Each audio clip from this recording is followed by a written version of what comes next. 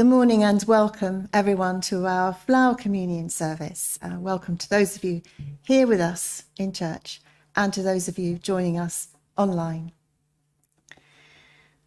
So the Flower Communion service is a service that was originally designed by the Reverend Norbert Čapek for his Unitarian congregation in Prague. And he started it in 1923. So last year, you may remember, was the 100th anniversary. This is the 101st anniversary of that service. So it's quite something that it has continued and still continues to be celebrated by Unitarian congregations, not just in this country, but around the world. It's a celebration of diversity and also of acceptance. It's a chance to practice giving and receiving too. So I think there's quite a lot in the service, actually. And as always, we'll use some of Čapek's own words from his first iteration of that service, and also sing one of the hymns that he wrote, because he wrote a lot of hymns. And then we'll take part two in the ritual, and the ritual has two parts to it. So for those of us in church, it will involve coming up with a flower and putting your flower in the rose bowl, which we've got here, to create a bouquet. And then later in the service, you'll be given a flower to take to practice acceptance. And online, I'm going to invite you to offer your flowers virtually to each other. So there'll be a chance for you to do that. But it's first of all, we have to start by lighting our chalice candle, because that is how we start everything we do here. So I'm going to begin by lighting our chalice candle, which has been given to us by Edgar. Thank you. It's very splendid. And I think we've been managing with one about this big for a little while. And if you have a candle at home, then please do light yours with me. Would you like to light it, actually? Come up and light it.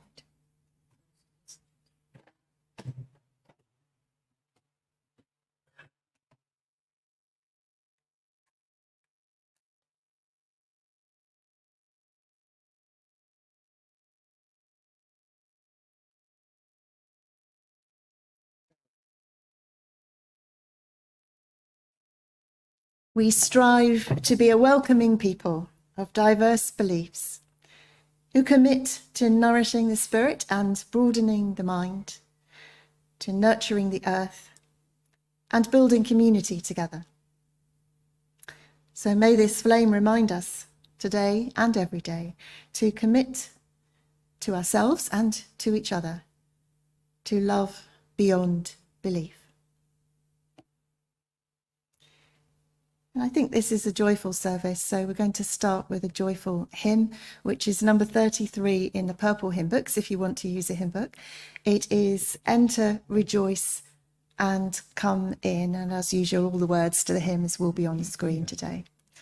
So let's sing number 33, Enter, Rejoice, and Come In.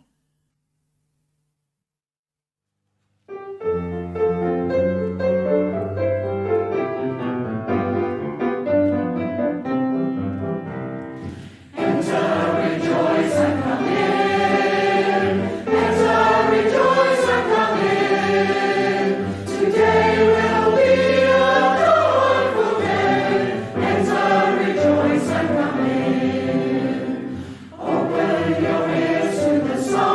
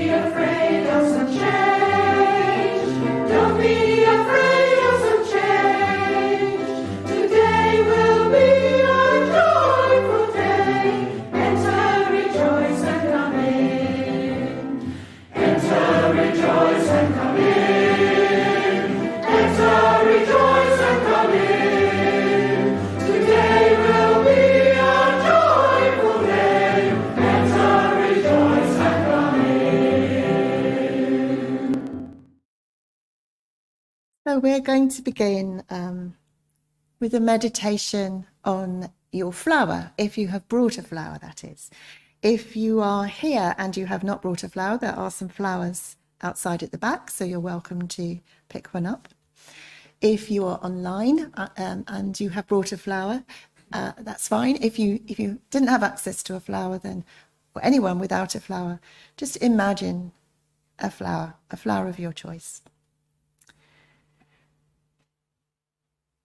Just a reminder that the artist, Georgia O'Keeffe, who is so well known for her amazing paintings of flowers, said that she decided to paint them on such a huge scale so that you simply could not ignore how beautiful and extraordinary they are. I like that idea. So when you're looking at your flower, just imagine that we're looking really at how amazing it is, really valuing it. So let's begin by taking your flower in your hands or in your mind, and just consider how you come to have chosen this flower. What was the process? You may not have had much choice, but why have you got this particular flower this morning?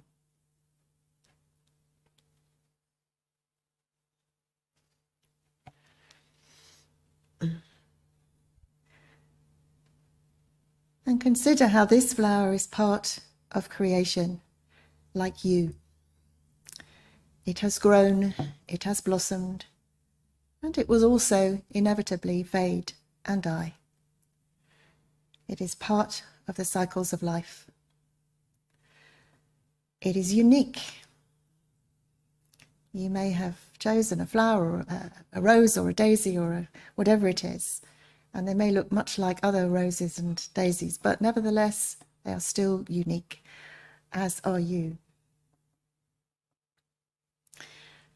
Notice its colour. Notice its shape.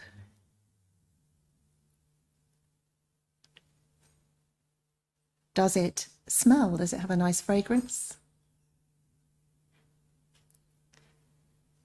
And notice its form. Some flowers are made up of several flowers, some are just on their own.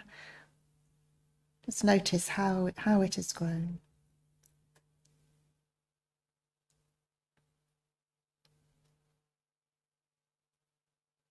And if you can, look closely at the little details that you sometimes perhaps wouldn't take the time to notice.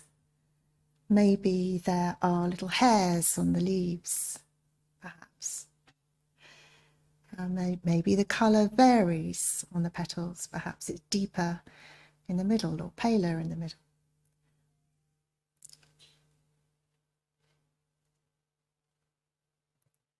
Perhaps you can notice where the flower joins the rest of the plant.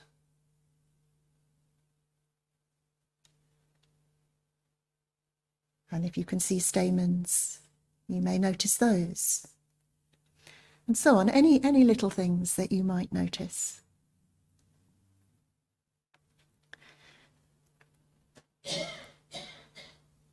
And if you had to think of a word, just one word, that seems to be in the character of your flower, what would that word be?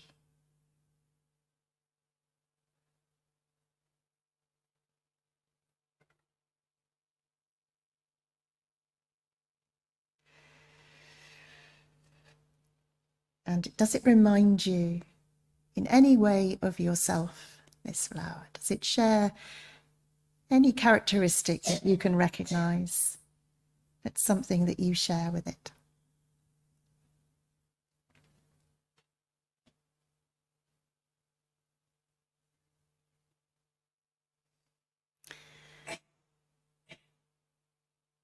And now you've communed with your flower, and I hope you feel you know your flower a little better. I'm soon going to ask you to give it away. But first, let's sing our second hymn, which is a hymn we always sing at this service. It is Bring Flowers to Our Altar. And in fact, our altar today is this rose bowl. So you'll be bringing your flowers into the rose bowl, but that will be after the hymn. Let's first of all stand as we're able. There's no need to struggle, and sing hymn number 13 in the Purple Hymn Books.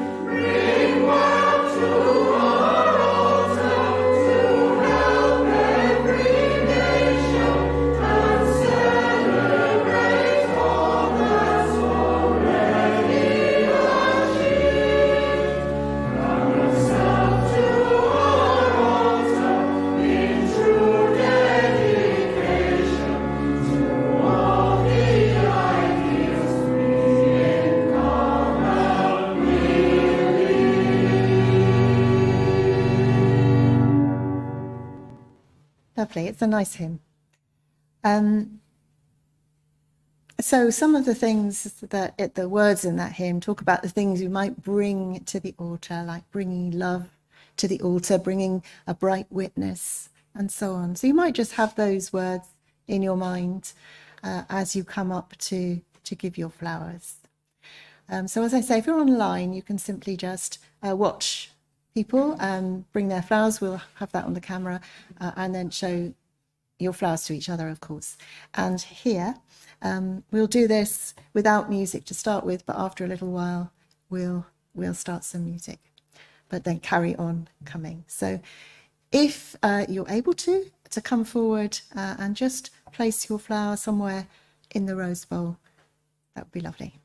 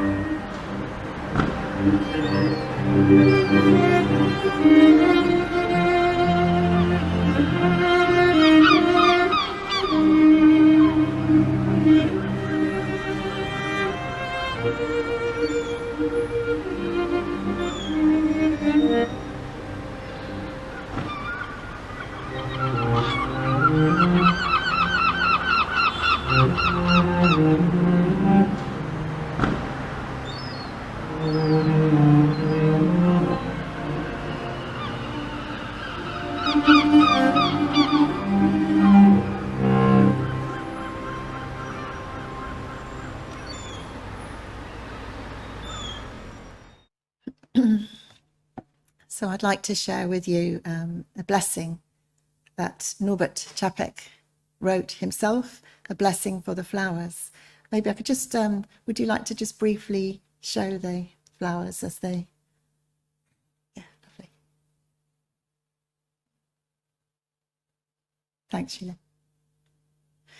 Thank you. So the beautiful bouquet of flowers that you have together created with our friends online as well. These are the words of the blessing. In the beauty and fragrance of flowers, we draw close to life's ecstasy and joy. In the bringing of them here, we draw close to our own uniqueness, expressed in our choosing for ourselves, and the many ways by which we have come to be part of this congregation today. And in the sharing of them, we draw close to each other, a community of loving concern and mutual respect, as beautiful and as varied as a bowl of many flowers. And we draw close to those who came before us, whose faith and courage in the past allows us to bloom today.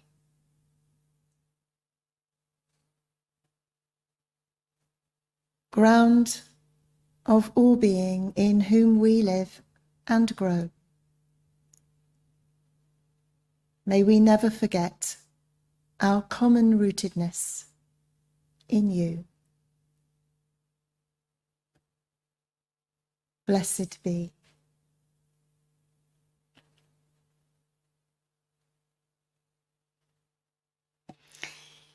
Now, I really had hoped today that one of our online congregation would have been able to share the reading with you, and Joan had very kindly agreed to do that. But yet again, even though I thought that this time I did everything right, obviously I didn't, and I couldn't make it work. So I'm afraid it'll just be me. But just to give you a little bit of variation, I'm going to go to the pulpit, and maybe you can imagine I'm somebody different. A man seeded his lawn, watered it well, and waited for a fine green carpet of grass.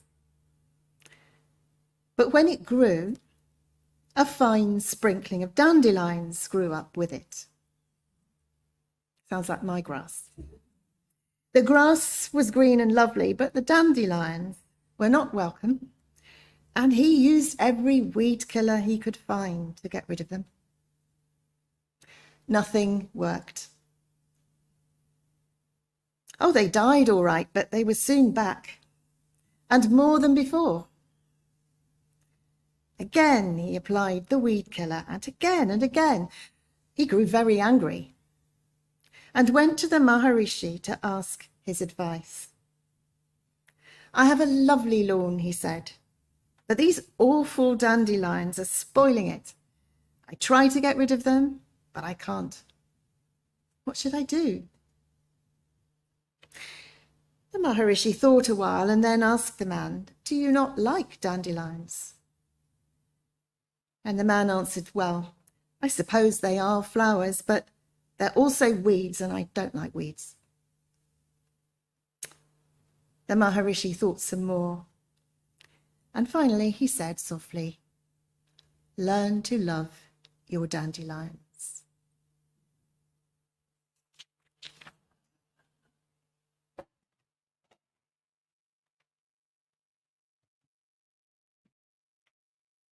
I think that story has been told by many different people, but that one was based on a version by Anthony de Mello.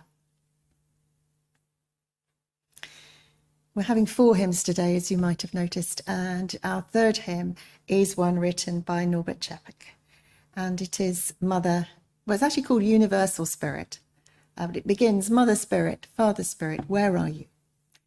In the sky song, in the forest, sounds your cry. What to give you? What to call you? What am I? So let's sing. It's an old recording, so it's a little bit fuzzy in the background, but I'm sure your beautiful singing will cover that up.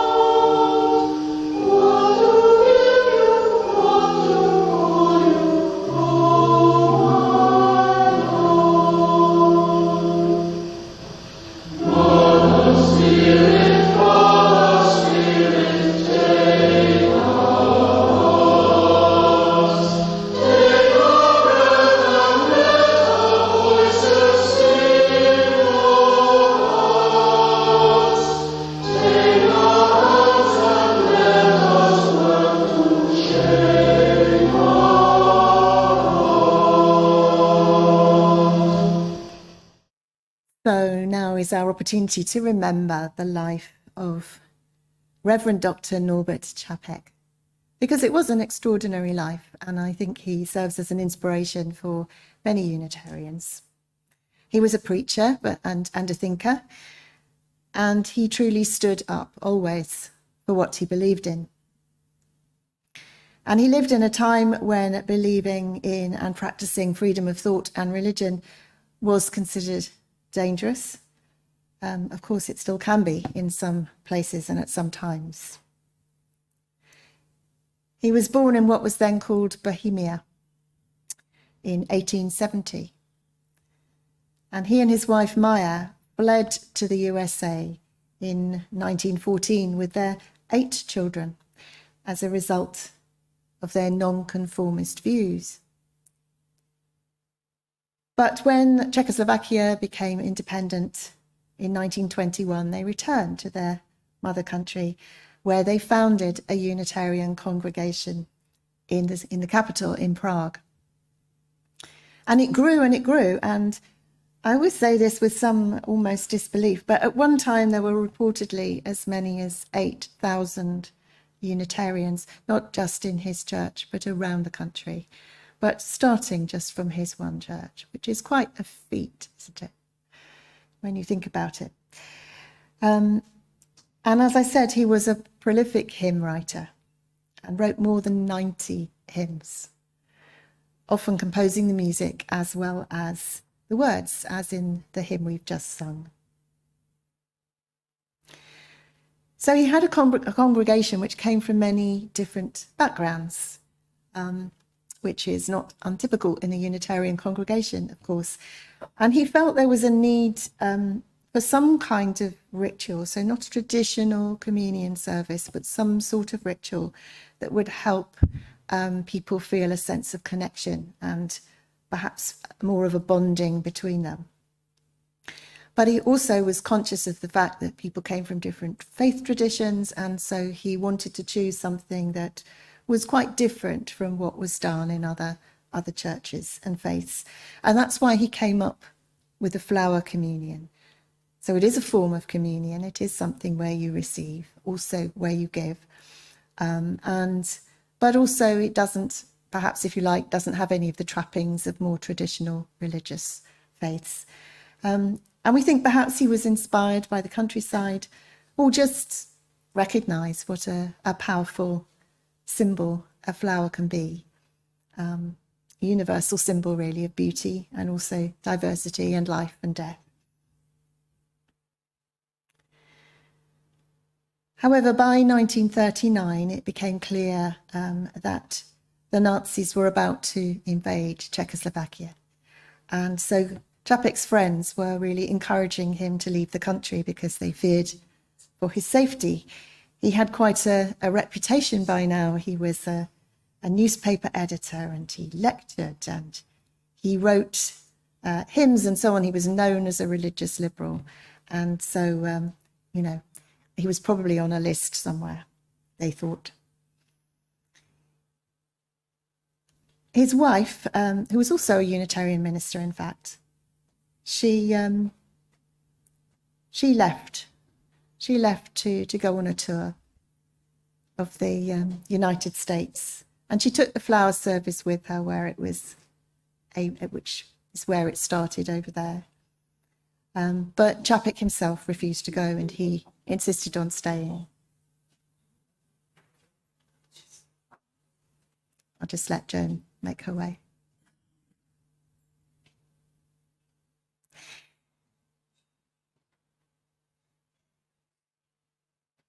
Eric Chervil Price wrote that because of the monotheistic beliefs of the Unitarians, Čapek was able to accept into membership quite a number of Jews who would otherwise probably have been rounded up by the Gestapo. And so his acceptance of them and his welcome to them, it gave them time in which to plan their own escapes. However, after a couple of years, this was found out, and Čapek was then arrested, as well as his daughter, Zora. And they were charged with a crime of listening to the BBC on the radio. He was also accused of high treason. And sadly, eventually he was sent to Dachau, while his daughter Zora was sent to a labour camp. But even in a concentration camp, Čapek continued to be an inspiration to everyone around him. It's reported that he worked really hard to lift other people's spirits. And a friend wrote of him that he was like a flower himself, blooming among the ashes of hopelessness and despair. About a year later, there seems to have been, he's on a list of people who were sent to Hartheim Castle near Linz in Austria, and it seems that he died there of poison gas. But before he died, he wrote these words, which I do think are really inspiring. He wrote, "It is worthwhile to live and fight courageously for sacred ideals. Even though disappointed 1,000 times or fallen in the fight, and when everything would seem worthless, I have lived amidst eternity. Be grateful, my soul. My life was worth living." And I think if we can all get to the end of our lives and feel our lives were worth living, whatever small things we managed to do or great things, doesn't matter. We lived according to our principles and did our best. So each year when we return to this communion service, I think we have this opportunity to remind ourselves again that each one of us is uniquely precious. Each one of us has our own story to tell. Each one of us has our own experiences and our own gifts. And each of us is divine, as well as human. So the question is whether we can truly believe that of each other, and perhaps even more difficult it sometimes is to believe that of ourselves, to believe that we are precious, that we matter, that we have a contribution to make here. It's sometimes easier to see that in a bunch of flowers, or you look at a bunch of flowers, you think, of course, they're all beautiful, they're all different, they're all contributing to the overall effect, aren't they? And sometimes we forget that we also do that. There's always work to be done, of course, for all of us in practicing opening our hearts and our minds to that beauty in ourselves and to each other, and in accepting other people's foibles and our own, not trying to stamp them out like the man with the dandelions, but learning to just be gentle and accepting of, as I say, our own foibles and weaknesses and those of other people. We all have them. But when we do this work, we always know that we're placing ourselves on a path of love and a path of light, which is where we hope to be. We may make many mistakes along the way, we will do, but that is the way, the direction in which we try to travel. So Norbert Čapek made his contribution, and he did live his life true to his values, and he kept that light shining even in the most unimaginably difficult circumstances. So today, with gratitude and in his honour, may we affirm our intention to do the same as best we can.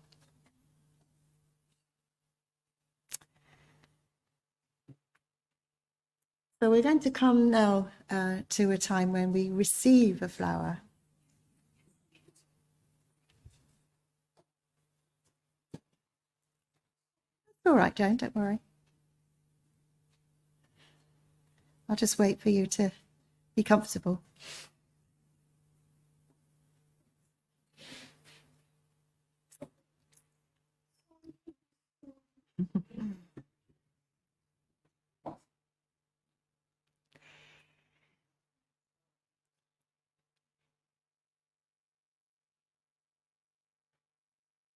Okay.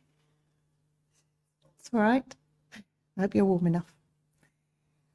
So this time I'm going to do this slightly differently. And the reason for that is that when I was at the General Assembly meeting, I was having a conversation, a chat, as you do, with a colleague, Joe James, and for some reason, flower communion came up, and he said,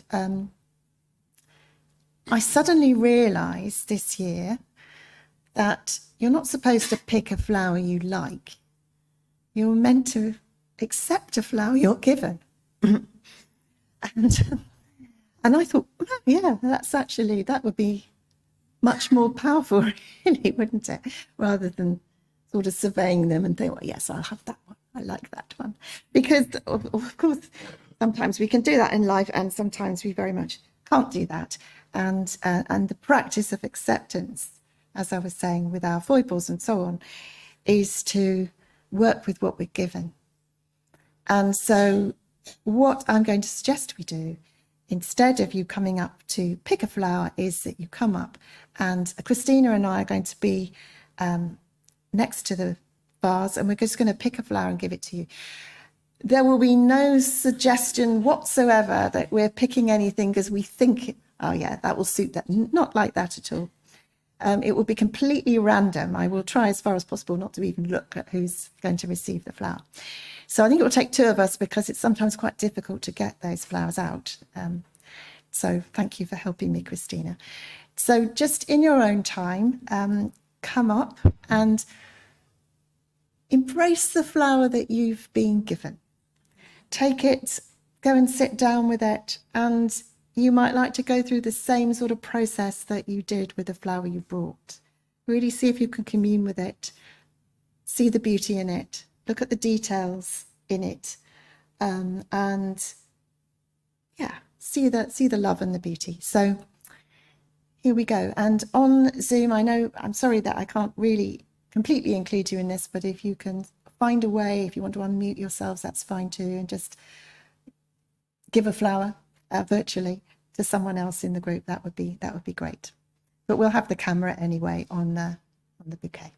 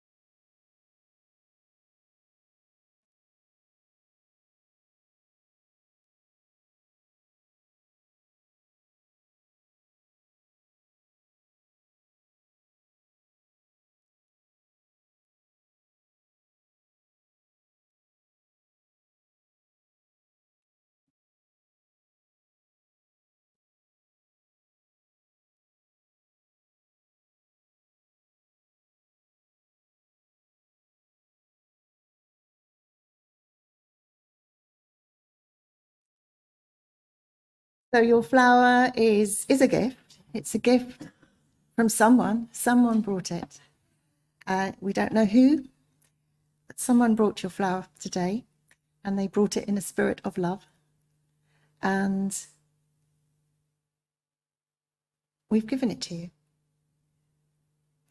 So yeah, treasure it as a gift. It's a gift not just from someone, but it's a gift from the universe. And it is a symbol of what we try to do here. Try to embrace our differences and our diversity and see the beauty in everyone. So that might, this is a very corny segue into our final hymn, that might bring our heart into a holy place. So let's sing our final, I wish I hadn't done it. Let's sing our final hymn, which is number 208, When Our Heart is in a Holy Place.